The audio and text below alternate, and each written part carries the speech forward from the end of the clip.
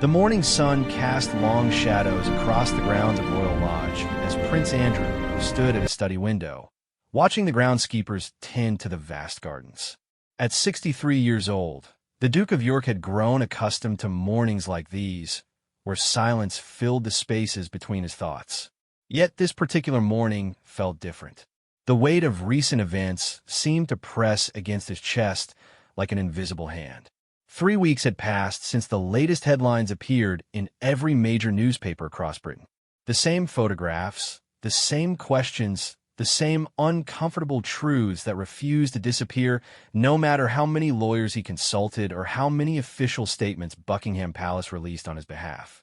Andrew had learned to read the subtle signs in his staff's behavior, the way conversations stopped when he entered a room, the careful politeness that masked growing concern.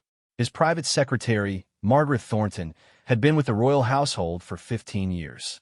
She understood the delicate balance between protecting her employer and delivering unwelcome news. When she knocked on his study door that morning, her expression told him everything he needed to know before she spoke a single word. "Your Royal Highness, we need to discuss the situation," Margaret said, settling into the leather chair across from his mahogany desk. The room smelled of old books and furniture polish, familiar scents that usually brought comfort but now seemed to highlight the gravity of their conversation. Andrew had always prided himself on his direct approach to problems. During his 22 years of naval service, he had faced enemy fire in the Falklands War, commanded warships through treacherous waters, and earned respect among his fellow officers for his decisiveness under pressure. But the challenges he faced now were unlike any military operation he had ever encountered. "The constitutional lawyers have been quite thorough in their research," Margaret continued, placing a thick folder on his desk. "The question of removing ducal titles is not without precedent, though the circumstances would need to be extraordinary." The concept of losing his title was not entirely new to Andrew. Whispers had circulated for months among political circles and royal watchers. The Duke of York title, which he had held since his marriage to Sarah Ferguson in 1986, carried significant historical weight. The previous holder had been his grandfather, King George VI, before ascending to the throne. The title connected Andrew directly to the monarchy's core identity and British naval tradition. However, the legal mechanisms for title removal existed within the British constitutional framework. The Honours Forfeiture Committee, established in 1994, possessed the authority to recommend the cancellation of honours and titles in cases involving criminal conviction or behavior that brought the honours system into disrepute. While no royal duke had ever lost their title through this process, legal experts had begun examining whether such action might be possible. Andrew's relationship with his elder brother Charles had grown increasingly strained over the past several years. Private conversations between the siblings had become formal exchanges conducted through intermediaries. Charles, now King Charles III, faced immense pressure to modernize the monarchy and distance the institution from controversial figures. The new king's vision for a streamlined royal family did not include members whose actions might damage the crown's reputation. The morning Margaret delivered her report, Andrew remembered his conversation with his mother, Queen Elizabeth II, just 6 months before her death. They had walked together through the gardens at Balmoral, discussing the future of the monarchy and the challenges facing the family. The Queen had spoken carefully about the need for each family member to consider their role in protecting the institution's long-term survival. "You must understand, Andrew," she had said, her voice carrying the weight of 7 decades on the throne, "that individual interests sometimes must yield to greater purposes.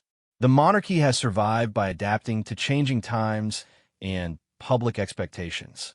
Those words echoed in his mind as Margaret explained the latest developments. Public opinion polls showed a significant majority of British citizens believed Andrew should lose his royal titles entirely. Members of Parliament from both major political parties had begun asking pointed questions about why someone stripped of military honors and royal patronages should retain a ducal title funded by taxpayers. The financial implications were substantial. Andrew's royal protection, estimated to cost several £1 million annually, came from public funds. His residence at Royal Lodge, a 30-room mansion in Windsor Great Park, was leased to him through the Crown Estate at favorable terms. Critics argued that maintaining these privileges while he remained unable to perform royal duties created an untenable situation for the monarchy. Andrew's daughters, Princess Beatrice and Princess Eugenie, had watched their father's situation with growing concern. Both young women had built successful careers and maintained positive public profiles despite the challenges surrounding their family. They understood that their father's troubles could eventually impact their own standing within the royal hierarchy and their children's future prospects. The international dimension of Andrew's situation added another layer of complexity. The British monarchy served as head of state for 15 Commonwealth realms, and Republican movements in several countries used royal controversies as ammunition for their campaigns. Jamaica, Barbados, and other Caribbean nations had already begun the process of removing the British monarch as their head of state, citing desires for full independence and concerns about the monarchy's historical connections to colonialism and slavery. Margaret's briefing included analysis from constitutional experts who had studied similar situations in other European monarchies. The Swedish royal court had dealt with controversial family members by gradually reducing their roles and financial support. The Spanish monarchy had navigated scandals by creating clear distinctions between working royals and those who maintained titles but received no public funding. The precedent exists for creative solutions, Margaret explained, adjusting her reading glasses as she reviewed her notes. However, each situation requires careful consideration of legal, financial, and political factors. Andrew understood that any decision about his future would ultimately rest with his brother, the king. Charles possessed the authority to recommend changes to the Honors Forfeiture Committee, though such action would require careful coordination with the Prime Minister and other senior government officials. The process would be highly visible and potentially damaging to the monarchy's reputation, regardless of the outcome. The Duke of York title itself carried particular significance beyond Andrew's personal situation. The title traditionally went to the monarch's second son and had been held by future kings throughout British history. King George V, King George VI, and now potentially King Charles III's second son, Prince Harry, might have claims to the title if it became available. However, Harry's own complicated relationship with the royal family made any such transfer unlikely in the near future. As Margaret concluded her briefing, Andrew found himself thinking about his military career and the values that had guided him through decades of service. Honor, duty, and loyalty had been the cornerstones of his naval training. The same principles now demanded that he consider what actions would best serve the institution that had shaped his entire life. The irony was not lost on him that the title Duke of York connected him to England's maritime heritage and the Royal Navy, where he had served with genuine distinction. His service in the Falklands War had earned respect from fellow servicemen and the British public. The helicopter pilot who had faced Argentine missiles and rescued fellow soldiers seemed like a different person from the man now contemplating the possible loss of his royal status. Public relations experts had advised Andrew that fighting any attempt to remove his title would likely create a prolonged media spectacle that could damage both his family and the monarchy. The court of public opinion had already rendered its verdict, and legal battles would only intensify scrutiny of his past actions and associations. Margaret gathered her papers and prepared to leave, but paused at the door. "Your Royal Highness, there is one more matter we should discuss." Several Commonwealth leaders have privately expressed concerns about the situation's impact on their relationships with the British Crown. The timing of any decisions may be influenced by upcoming visits and diplomatic considerations. After Margaret left, Andrew remained at his desk, staring out at the grounds where he had played as a child during family gatherings. The weight of history surrounded him in every room of Royal Lodge, from portraits of previous monarchs to furniture that had witnessed centuries of royal family conversations. The possibility that he might be the first royal duke to lose his title in modern British history was a legacy he had never imagined creating.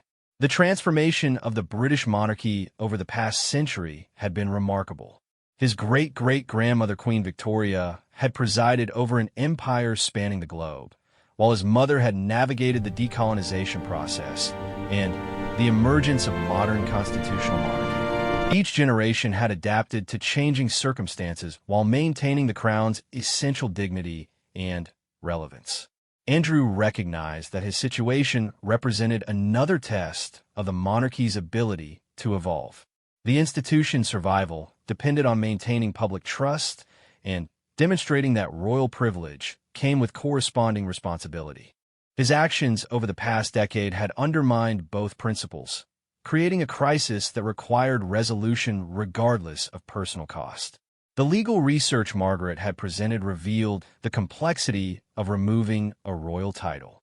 Unlike hereditary peerages, which followed strict rules of succession, royal dukedoms existed at the monarch's pleasure and could theoretically be revoked through letters patent.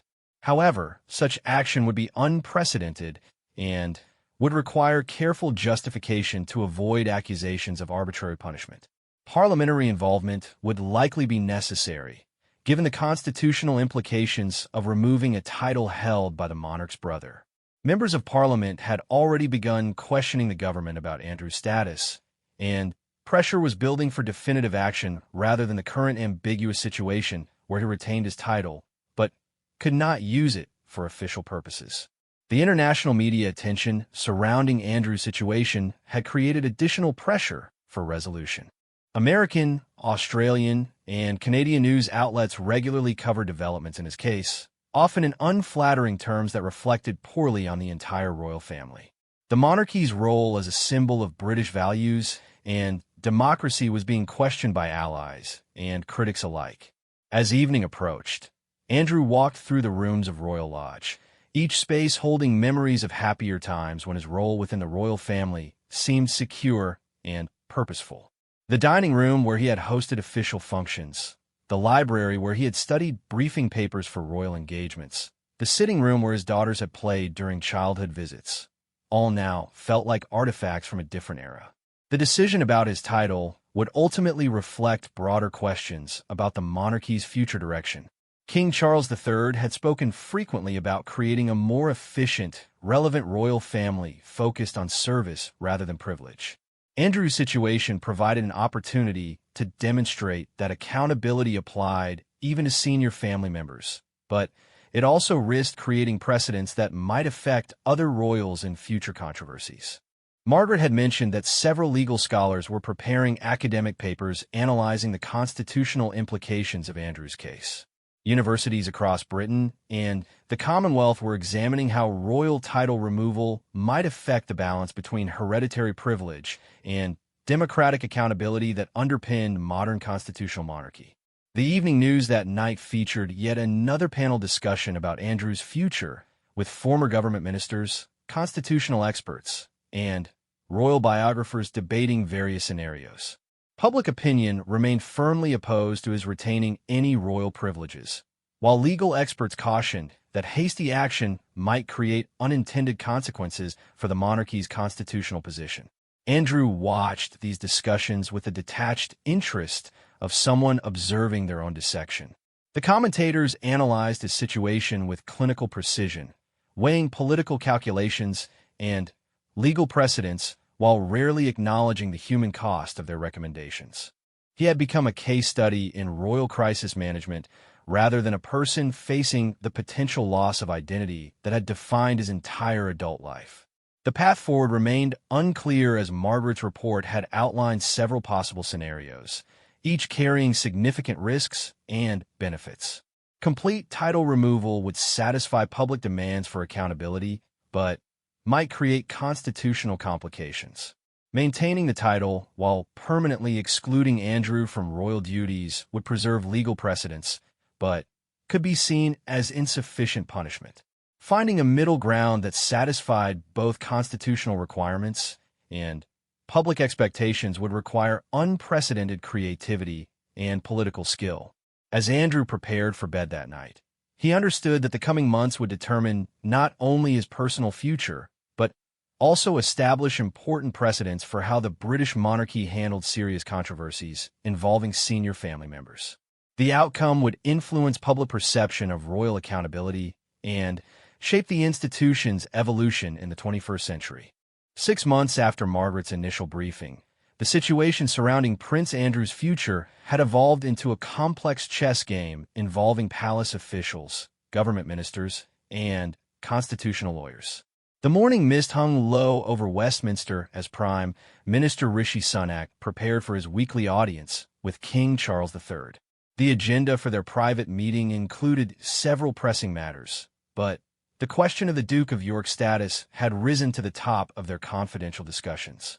The Cabinet Office had commissioned a detailed study examining the legal mechanisms available for addressing Andrew's situation.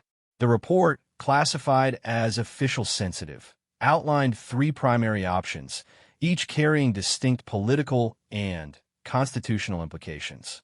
Civil servants had worked discreetly for months, consulting historical precedents and analyzing potential consequences of various courses of action. Dr. Sarah Wellington, the government's leading constitutional advisor, had spent decades studying the intricate relationship between Parliament, the Crown, and the honor system. Her expertise in royal protocol and constitutional law made her the natural choice to lead the interdepartmental working group examining Andrew's case. The responsibility weighed heavily on her shoulders, knowing that their recommendations would influence the monarchy's direction for generations to come. The fundamental challenge, Dr. Wellington explained to her team during a secured briefing room meeting in Whitehall, is balancing respect for constitutional traditions with contemporary expectations of accountability. We cannot simply ignore centuries of legal precedent, but we also cannot dismiss legitimate public concerns about royal privilege and responsibility. The working group's research had uncovered fascinating historical parallels. During World War I, King George V had stripped German relatives of their British titles and honors through special legislation. The Titles Deprivation Act of 1917 had removed dukedoms from former allies who had fought against Britain, establishing precedent for title removal in extraordinary circumstances. However, those cases involved foreign princes who had literally taken up arms against the British crown, a situation vastly different from Andrew's civilian controversies. Meanwhile, at Buckingham Palace, King Charles III was navigating the most challenging period of his reign. The new monarch had inherited an institution under intense scrutiny, with public support for the monarchy at historically low levels among younger generations. Charles understood that his response to his brother's situation would define his kingship and potentially determine the crown's long-term viability. The king's private secretary, Sir Clive Alderton, had served the royal family for over 2 decades. His institutional memory spanned multiple crises, from Princess Diana's death to Prince Harry's departure from royal duties. However, the Andrew situation presented unique challenges that required unprecedented navigation between family loyalty and institutional survival. Your Majesty, Sir Clive had advised during one of their morning meetings, the constitutional position is clear that royal titles exist at the sovereign's pleasure. However, exercising that authority in this context would establish precedents with far-reaching implications. Charles had inherited more than just the throne from his mother. Queen Elizabeth II's approach to family controversies had emphasized quiet resolution and minimal public discussion. However, the modern media environment and changed public expectations made such discretion increasingly difficult to maintain. The new king faced pressure to demonstrate that the monarchy could adapt to contemporary standards of accountability. The financial audit commissioned by the Treasury had revealed the true cost of maintaining Andrew's royal status. Beyond the obvious expenses for security and accommodation, hidden costs included diplomatic complications, reduced charitable effectiveness, and potential impacts on the monarchy's soft power internationally. The numbers told a stark story of an institution struggling to justify continued investment in a non-functioning royal duke. Princess and the king's sister had become an unofficial advisor on family matters. Her reputation for straight-talking and dedication to royal duty gave her unique credibility within the family, and had watched Andrew's situation develop with growing frustration, believing that prolonged uncertainty served no one's interests. The institution must come first, and had told Charles during a private dinner at Gatcombe Park. Mother understood that principle, and it guided every difficult decision she made regarding family members who created problems for the crown. The Duchess of Edinburgh, Sophie, had also found herself drawn into discussions about Andrew's future. As a former public relations professional who had successfully transitioned into royal life, her perspective on reputation management carried significant weight. Sophie understood how the Andrew controversy affected the entire family's ability to conduct effective royal engagements. Public opinion polling conducted by leading research firms showed remarkable consistency across different demographics. Whether conservative or Labour voters, young or old, urban or rural residents, the majority of British citizens believed Andrew should lose his royal title entirely. The numbers had remained stable for months, suggesting that public sentiment was unlikely to shift without dramatic new developments.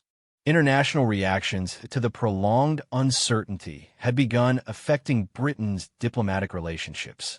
Commonwealth leaders, particularly those in countries considering Republican transitions, used Andrew's situation to question the monarchy's continued relevance. The timing was particularly unfortunate given ongoing negotiations about the Crown's future role in several Caribbean nations.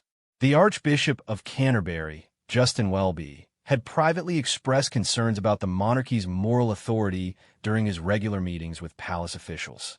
As the senior clergyman responsible for coronations and other royal ceremonies, his perspective on the institution's spiritual dimension carried special significance. The Archbishop understood that public trust in the monarchy's moral leadership was essential to its constitutional role. Legal scholars at Oxford and Cambridge universities had begun publishing academic papers examining the constitutional implications of Andrew's case. Professor Michael Henderson, a leading expert on royal law at Oxford, argued that modern constitutional monarchy required clear mechanisms for addressing royal misconduct. His research suggested that failure to act decisively could undermine the entire system's credibility. The cabinet's weekly meetings had begun including regular updates on the Andrew situation, reflecting its elevation to a matter of national importance. Home Secretary Sala Braverman had advocated for swift resolution, arguing that prolonged uncertainty damaged Britain's international reputation and undermined confidence in the rule of law. Foreign Secretary James cleverly faced regular questions about Andrew during diplomatic meetings. Allied governments struggled to understand why Britain seemed unable to resolve a situation that appeared straightforward to external observers. The confusion affected Britain's ability to project moral leadership on international issues requiring ethical clarity. Meanwhile, Andrew's legal team had quietly begun preparing for multiple scenarios. Senior barristers specializing in constitutional law had advised him that challenging any title removal would likely prove futile and potentially damaging. The lawyers understood that courts would be extremely reluctant to interfere with royal prerogative decisions, particularly when supported by government recommendations. The Duke of York's daughters faced their own difficult decisions as the controversy continued. Princess Beatrice and Princess Eugenie had built successful careers and positive public profiles, but their father's situation created ongoing challenges for their royal roles. Both young women had received informal advice that distancing themselves from their father might be necessary to protect their own futures. Beatrice's work with various charities had been affected by media focus on her family connections rather than her professional accomplishments. Eugenie's art gallery career and royal patronages faced similar scrutiny. The sisters understood that their father's situation could eventually impact their children's inheritance of royal titles and positions within the succession. Sarah, Duchess of York, Andrew's former wife, had maintained a complex relationship with the royal family since their divorce. Her own past controversies made her an unlikely advocate for Andrew's position, but she understood the potential impact on their shared daughters and grandchildren. Sarah's public statements had been carefully neutral, avoiding any comments that might be interpreted as criticism of royal family decisions. The Honors Forfeiture Committee had begun preliminary discussions about Andrew's case, though no formal referral had yet been made by the government. Committee members understood that their decision would establish important precedents for future cases involving senior royal family members. The pressure to make the right decision for both legal and political reasons was enormous. Parliamentary pressure had intensified as MPs from all parties received constituency mail demanding action on Andrew's status. The Speaker of the House of Commons had indicated willingness to allow emergency debates if the government continued to delay decisions. Several parliamentary committees had begun considering whether formal inquiries might be necessary. The Scottish National Party had seized on the Andrew controversy to advance arguments for Scottish independence. SNP leaders argued that an independent Scotland would not need to tolerate royal family members who brought the crown into disrepute. Their position resonated with Scottish voters already skeptical about the monarchy's role in modern Scotland. King Charles III had begun consulting with former prime ministers and senior statesmen about the constitutional implications of different approaches to Andrew's situation. Tony Blair, Gordon Brown, and David Cameron had all offered private advice about managing the political dimensions of royal crises. Their perspectives reflected different approaches to the relationship between government and monarchy. The king's relationship with Prime Minister Sunak had become crucial to resolving the Andrew situation. Both men understood that their handling of the crisis would be remembered as a defining moment in their respective tenures. The weekly audiences between monarch and Prime Minister had become intensive strategy sessions focused on finding a solution that preserved constitutional principles while satisfying public demands for accountability. Behind the scenes, palace officials had begun contingency planning for multiple scenarios. If Andrew lost his title, numerous practical questions would need resolution. His future residence, security arrangements, financial support, and role in family ceremonies.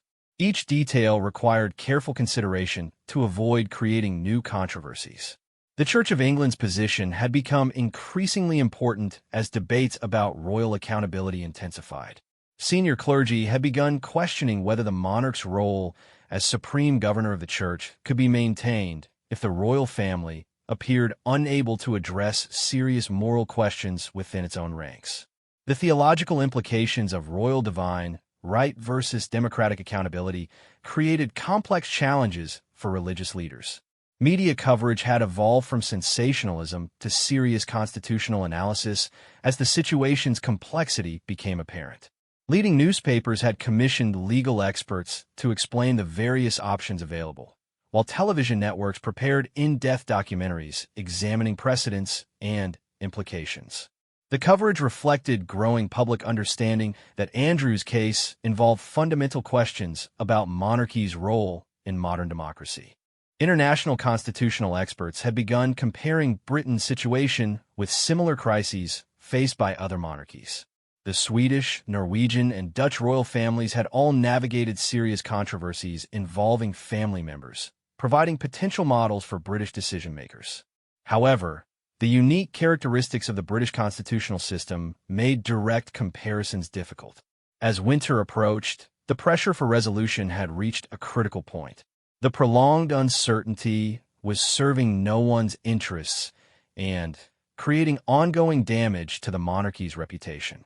King Charles III understood that his next decisions would shape not only Andrew's future, but also the crown's evolution in the 21st century. The ornate grandfather clock in the corridor outside the cabinet room chimed 11 times as Prime Minister Sunak reviewed his briefing notes one final time. Today's emergency cabinet meeting would address the Andrew situation with unprecedented urgency. Intelligence reports suggested that several Commonwealth nations were preparing to accelerate their Republican transitions if Britain failed to demonstrate decisive action regarding the Duke of York's status.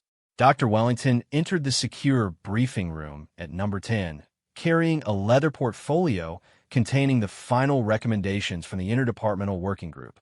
6 months of intensive research had produced a comprehensive analysis of options, each carefully evaluated for legal viability, political consequences, and constitutional implications.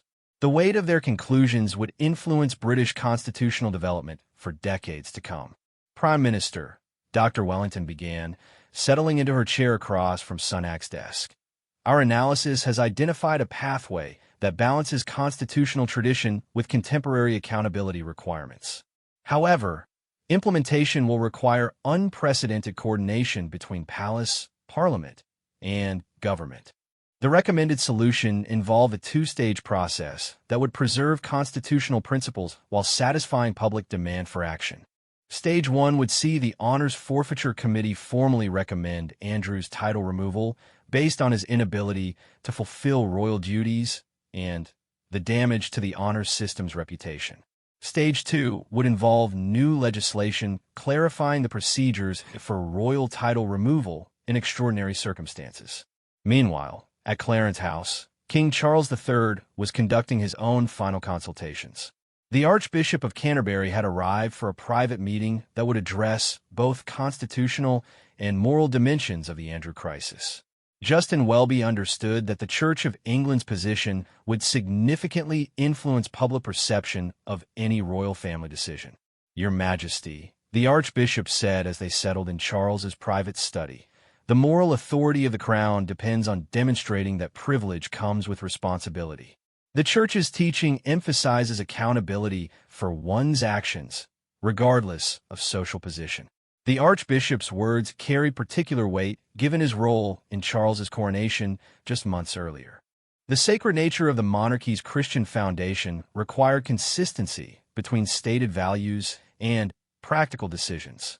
Welby had been receiving letters from clergy across the Anglican Communion expressing concerns about the prolonged uncertainty surrounding Andrew's status. At the same time, Princess Anne was meeting with senior courtiers at Buckingham Palace to discuss practical implications of title removal. As the Princess Royal and a working member of the royal family, and had grown frustrated with the ongoing damage to the institution's effectiveness. Her military background and straightforward approach to problems made her an influential voice in family discussions. "The longer we delay decisive action, the more we appear unable to govern ourselves effectively," and told the assembled officials. Mother would have resolved this situation months ago, once the facts became clear. The practical challenges of implementing title removal were enormous. Andrew's current residence at Royal Lodge was held through a long-term lease with the Crown Estate that would need renegotiation. His personal security, currently provided by the Metropolitan Police's Royalty and Specialist Protection Unit, cost taxpayers millions annually. The logistics of unwinding decades of royal privilege required careful planning to avoid legal complications. Sir Clive Alderton had spent sleepless nights developing contingency plans for every possible scenario. His experience managing royal crises had taught him that preparation for multiple outcomes was essential when dealing with unprecedented situations. The palace machinery needed to be ready to implement whatever decision the king ultimately made. The international dimension had become increasingly urgent as diplomatic cables from British embassies worldwide reported growing concerns about the monarchy's reputation. The Canadian Prime Minister had privately expressed frustration that Britain appeared unable to resolve what seemed like a straightforward accountability issue. Australian Republican movements were gaining momentum partly due to questions about the royal family's moral authority. In Parliament, pressure had reached a breaking point. The leader of the opposition had tabled an emergency motion calling for government action on Andrew's status. Cross-party support for the motion suggested that MPs were prepared to force the issue if the executive branch continued to delay decisions. Speaker Lindsay Hoyle had indicated that the motion would receive priority scheduling. The Liberal Democrats had prepared their own parliamentary motion specifically addressing the financial costs of maintaining Andrew's royal privileges. Party leader Ed Davey had commissioned research showing that taxpayer money continued supporting someone unable to perform any royal duties. The political pressure was becoming impossible to ignore. Scottish First Minister Humza Yousaf had begun using the Andrew controversy to advance independence arguments, claiming that Scotland deserved better representation than a royal family unable to maintain basic standards of conduct. The SNP's position resonated with Scottish voters who increasingly questioned the monarchy's relevance to modern Scotland. Behind closed doors, Andrew himself had begun accepting the inevitability of losing his title. His legal advisors had made clear that fighting any government decision would likely prove futile and potentially expose him to additional scrutiny. The Duke had started making preliminary arrangements for a dramatically different future. Andrew's financial advisors had been quietly restructuring his personal arrangements in anticipation of losing royal support. The transition from publicly funded royal duke to private citizen would require significant adjustments to his lifestyle and expectations. The process was emotionally challenging for someone who had never known life outside the royal bubble. Princess Beatrice and Princess Eugenie had made their own difficult decision to support whatever outcome best served the monarchy's long-term interests. Both sisters understood that their father's situation could eventually impact their own children's royal status and inheritance rights. Family loyalty conflicted with institutional survival in ways that previous generations of royals had rarely faced. The Duchess of York had begun her own quiet preparations for supporting Andrew through the transition. Despite their divorce decades earlier, Sarah understood that she might be his primary emotional support during the loss of royal status. Her own experience with royal exile provided relevant insights into the psychological challenges ahead. King Charles's weekly audience with Prime Minister Sunak had become the focal point for coordinating the complex process of title removal. Both men understood that their handling of the situation would define their respective legacies and establish precedents for future constitutional crises. The pressure to get every detail right was enormous. "Your Majesty," Sunak said during the private meeting, "the cabinet has reached consensus that action can no longer be delayed. The international implications are becoming as serious as the domestic political pressure." Charles had inherited his mother's deep understanding of constitutional monarchy's delicate balance between tradition and adaptation. Queen Elizabeth II had navigated similar family crises by prioritizing institutional survival over individual interests. The new king faced the same difficult choice with his own brother. The Honors Forfeiture Committee had completed its preliminary review and was prepared to make formal recommendations once the government provided official referral. Committee members understood that their decision would establish important precedents for addressing future cases involving senior royal family members. Legal scholars had begun preparing for the constitutional implications of royal title removal. Professor Henderson at Oxford had been contacted by international media seeking expert analysis of the precedents being established. His research suggested that Andrew's case would influence how constitutional monarchies worldwide address similar situations. The Cabinet Office's detailed planning had identified numerous secondary effects of title removal that required coordination across government departments. The Foreign Office needed to prepare briefings for diplomatic missions worldwide. The Treasury required new calculations for royal family funding. The Home Office faced questions about Andrew's future security arrangements. Margaret Thornton had begun the difficult process of transitioning Andrew's household from royal to private status. Staff members faced uncertain futures as the infrastructure supporting a royal duke was dismantled. The human cost of institutional change added emotional complexity to already challenging constitutional questions. The Church of England's General Synod had privately discussed the theological implications of royal accountability. Senior clergy understood that the monarchy's role as defender of the faith required consistency between Christian teachings about responsibility and practical royal family management. The Church's moral authority was intertwined with the Crown's ethical credibility. Public opinion polling showed continued strong support for title removal, with majorities across all demographic groups favoring decisive action. The consistency of these numbers over many months demonstrated that public sentiment was unlikely to change without extraordinary new developments. International constitutional experts had been invited to provide advisory opinions on the British government's approach to royal title removal. Scholars from Canada, Australia, and other Commonwealth nations offer perspectives on how similar situations might be handled in different constitutional contexts. The European media had begun comparing Britain's approach to royal accountability with methods used by other constitutional monarchies. Swedish, Dutch, and Belgian examples provided alternative models for managing royal family controversies while preserving institutional stability. As December arrived, the convergence of political, constitutional, and practical pressures had created an impossible situation to maintain indefinitely. King Charles III understood that his next decision would determine not only Andrew's future, but also establish the template for royal accountability in the modern era. The king's private conversations with Queen Camilla had become essential to processing the emotional difficulty of potentially stripping his brother's title. Camilla's outside perspective and experience navigating royal family dynamics provided crucial support during the most challenging period of Charles's reign. Palace officials had begun drafting multiple versions of the official statement that would announce whatever decision the king ultimately made.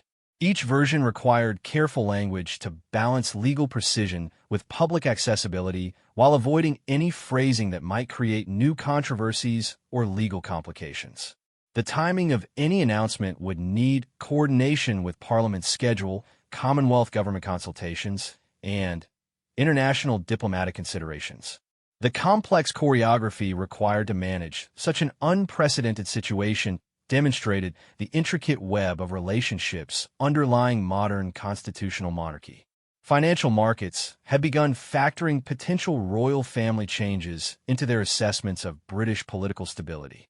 While the direct economic impact was minimal, the broader implications for institutional confidence and international reputation carried significance for Britain's soft power and diplomatic effectiveness.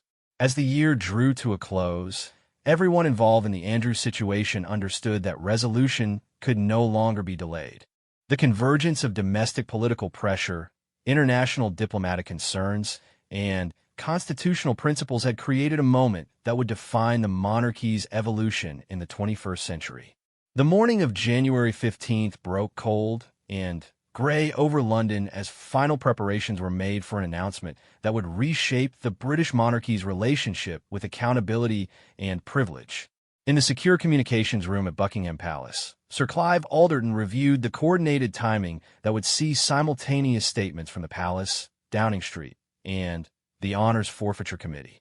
King Charles III had spent the previous evening in final consultation with his closest advisors, weighing the personal cost to his family against the institutional necessity of decisive action. The king understood that his decision would be scrutinized for generations as either a moment of necessary modernization or an unnecessary capitulation to public pressure. At precisely 10 o'clock that morning, the palace released a statement that would dominate international headlines for weeks. His Majesty the King has accepted the recommendation of the Honours Forfeiture Committee regarding the Duke of York's royal titles. Effective immediately, Prince Andrew will no longer hold the title Duke of York, and all associated privileges and responsibilities will cease. The carefully crafted language emphasized that the decision followed proper constitutional procedures while acknowledging the extraordinary nature of the action. Palace officials had worked for weeks to ensure that every word would withstand legal scrutiny while communicating the gravity of the unprecedented step. Within minutes of the palace announcement, Prime Minister Sunak issued his own statement from Downing Street. The government supports His Majesty's decision as a necessary step to maintain public confidence in our constitutional institutions. The monarchy's strength has always derived from its ability to uphold the highest standards of conduct and accountability. The political coordination required to manage such an announcement had involved months of careful planning between palace and government officials. Every aspect of the public communication strategy had been designed to demonstrate that proper procedures were followed and that the decision reflected constitutional principles rather than arbitrary punishment. Andrew himself was at Royal Lodge when the announcement was made, surrounded by a small group of family members and close advisors who had gathered to support him through the transition. The man who had awakened that morning as the Duke of York would sleep that night as simply Prince Andrew, a change that symbolized one of the most dramatic falls from royal grace in modern British history. The emotional impact on Andrew was profound, but not unexpected. Months of preparation had helped him process the likelihood of losing his title, though the reality of formal announcement still carried significant psychological weight. His daughters Beatrice and Eugenie had arranged to spend the day with their father, providing familial support during his most difficult moment. International reaction was swift and generally supportive of the king's decision. Commonwealth leaders who had privately expressed concern about the monarchy's inability to address the Andrew situation issued statements praising the action as evidence of institutional accountability. The response helped stabilize diplomatic relationships that had been strained by months of uncertainty. Canadian Prime Minister Justin Trudeau's statement was typical of Commonwealth reactions. This decision demonstrates that constitutional monarchy can adapt to modern expectations of accountability while preserving important democratic traditions. Canada respects His Majesty's commitment to upholding the highest standards. The Australian government's response was similarly positive, with Prime Minister Anthony Albanese noting that the action might influence his country's ongoing Republican debate. The monarchy has shown that it can respond to legitimate concerns about accountability, which is an important consideration as Australia continues to evaluate its constitutional arrangements. Legal scholars immediately began analyzing the precedents established by Andrew's title removal. Professor Henderson at Oxford issued a lengthy statement explaining that the decision created a clear framework for addressing similar situations in the future. This establishes that royal titles, while traditionally permanent, can be removed when the holder's conduct undermines the honors system or the monarchy's constitutional role. The Honors Forfeiture Committee's formal report, released simultaneously with the palace announcement, provided detailed justification for their recommendation. The committee cited Andrew's inability to perform royal duties, the damage to the honors system's reputation, and the constitutional requirement that royal privileges serve the public interest. Parliamentary reaction was overwhelmingly supportive, with leaders from all major parties praising the decision as necessary and appropriate. Labour leader Keir Starmer issued a statement noting that accountability must apply to all members of society, regardless of birth or position. This decision strengthens rather than weakens our constitutional system. The Liberal Democrats' Ed Davey focused on the financial implications. British taxpayers should not be required to fund royal privileges for someone unable to fulfill royal responsibilities. This decision respects both constitutional tradition and fiscal responsibility. Even traditionally monarchist conservative MPs expressed support for the king's action. Senior backbencher Sir Graham Brady noted that difficult decisions sometimes strengthen institutions by demonstrating their commitment to proper standards. His Majesty has shown admirable leadership during a challenging period. The Church of England's response, delivered through a statement from Lambeth Palace, emphasized the moral dimensions of accountability.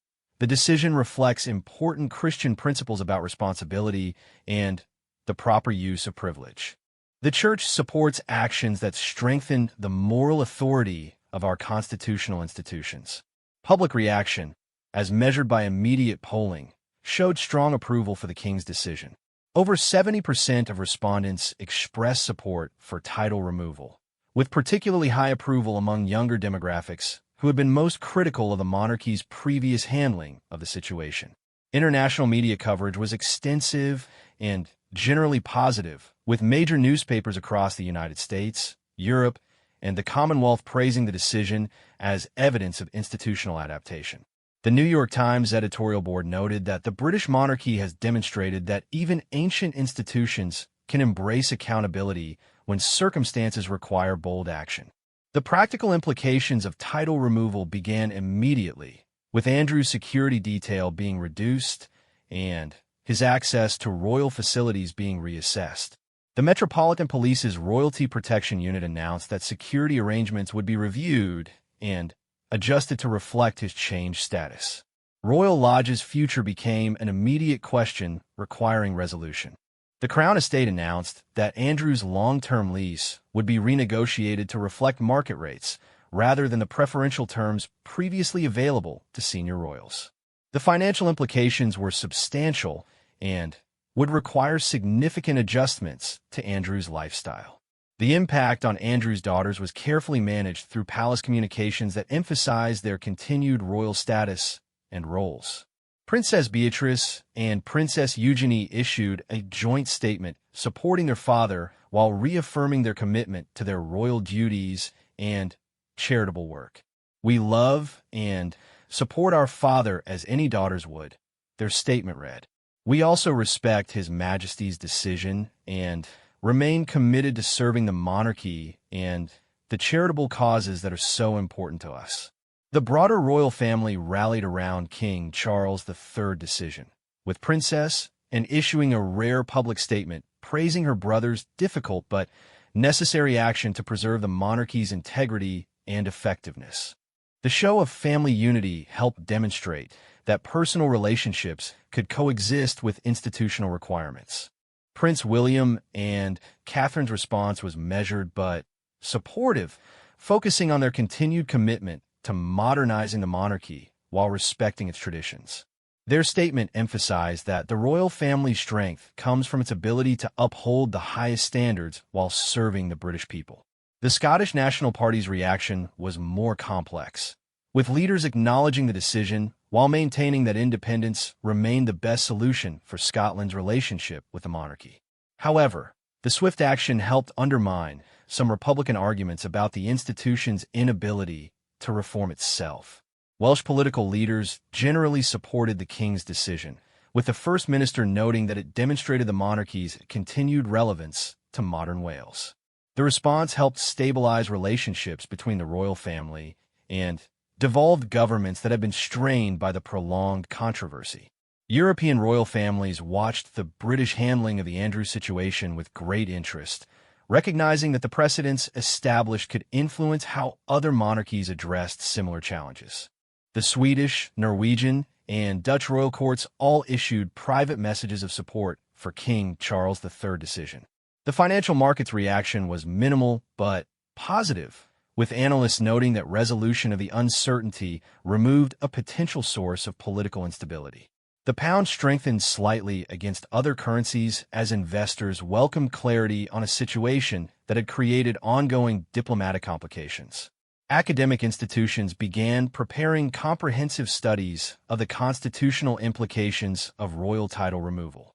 Law schools across the Commonwealth scheduled symposiums to examine how the British precedent might influence other constitutional monarchies facing similar challenges. The Church of England's General Synod scheduled special sessions to discuss the theological implications of royal accountability.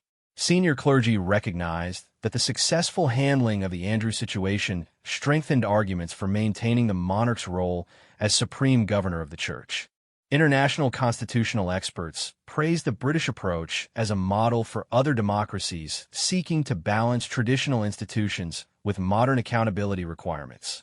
The peaceful resolution of a potentially destabilizing constitutional crisis was seen as evidence of the system's underlying strength.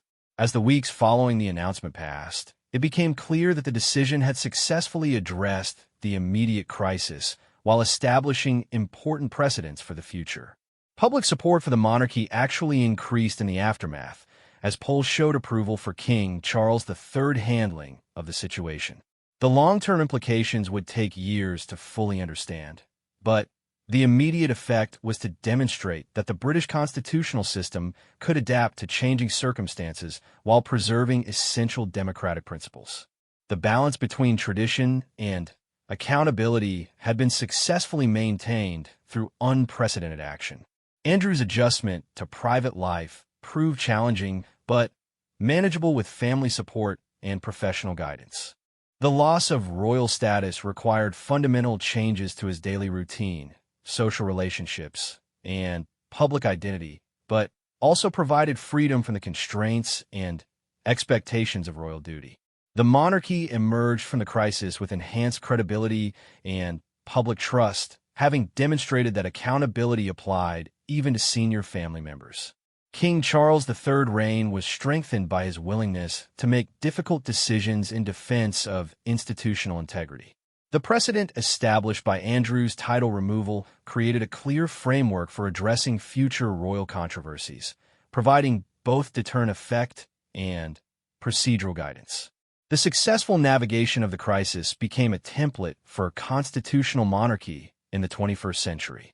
As the first anniversary of the announcement approached, constitutional scholars noted that the British monarchy had successfully evolved to meet contemporary expectations while preserving its essential democratic role.